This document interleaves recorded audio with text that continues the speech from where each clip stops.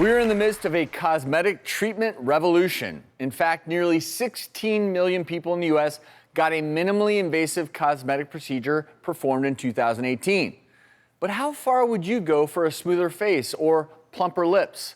Our investigative producer Leslie Marcus reports on how people are taking matters and needles into their own hands. The internet is rife with online tutorials where you can learn just about anything. But here's a new trend. People are DIYing their own invasive cosmetic procedures, and they're using doctors' training videos to find out the techniques. People are going to foreign websites that will ship everything you need to do these procedures in the comfort of your own home, including centrifuges to spin your own blood and do blood facials, Botox, fillers, lasers. They're non-FDA approved, and they could actually be counterfeit. You might think that this is just a few people on the fringes that are performing these procedures on themselves, but it's thousands of people. There's a private Facebook group with members that are sharing tips and techniques on how to inject their own faces, perform their own lasers, and do their own blood facials. And they're rooting each other on. In an age where beauty is paramount, is this really as far as people are willing to go? Leslie, thank you for joining us. Our investigative producer, is revealing more craziness. So talk to us about some of the revelations from this investigation. Well, first off, I want to say that I definitely understand the allure of this DIY cosmetic procedure trend.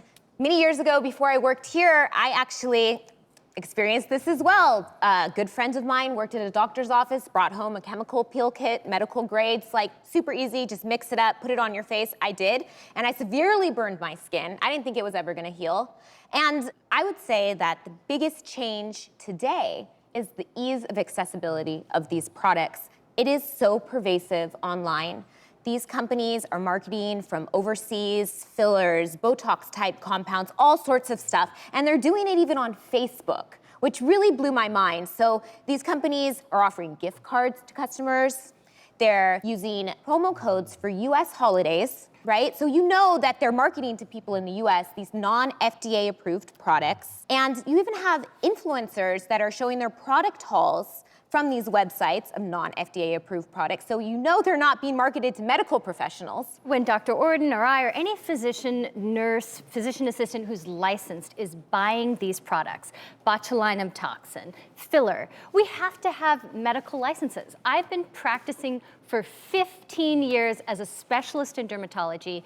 When Allergan, the maker of Botox and many fillers, introduced a new filler, for me to place an order for their new filler, I had to actually do additional training.